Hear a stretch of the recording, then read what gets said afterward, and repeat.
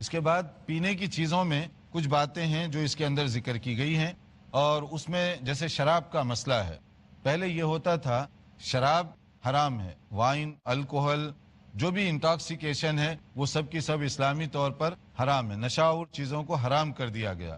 لیکن کچھ لوگ شراب کو سرکہ بنا لیتے تھے. شراب کا سرکہ بنانا، سرکہ جانتے ہیں؟ وینیگر. تو شراب کا سرکہ بنانا یہ کیا جائز ہے یا ناجائز ہے؟ تو شریعت اس سے منع کرتی ہے. شریعت اس لیے منع کر رہی ہے کہ اگرچہ کہ اس کا ریزن جو علت ہے نشہ وہ تو ختم ہو گیا سرکہ بنانے کی وجہ سے، مگر اس سے ایک چور دروازہ کھلنے کا بھی ڈر ہے کہ آپ جو ہے وائن کی باٹل گھر پہ لا رہے ہیں، اگر کوئی والد صاحب پوچھے کیا کر رہے ہیں تم، تو آپ کہہ سکتے ہیں میں تو سرکہ بنانے لایا ہوں.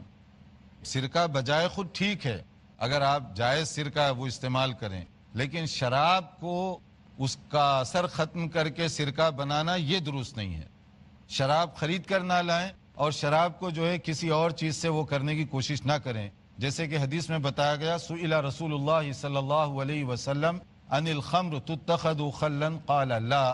نبی کریم صلی اللہ علیہ وسلم سے یہ کوشچن کیا گیا، صحیح مسلم کی حدیث ہے، کہ شراب جس کا ہم صرف سرکہ بنانا چاہتے ہیں تو کیا وہ جائز ہے؟ تو آپ نے فرمایا نہ، مت کرو، تاکہ وہ دروازہ ہی بند ہو جائے، شراب کی باٹل ہی نہ آئے، تو آپ کسی والد کو یا گھر والوں کو دھوکہ ہی نہ دے سکیں کہ میرا مقصد یہ ہے، میری نیت یہ ہے.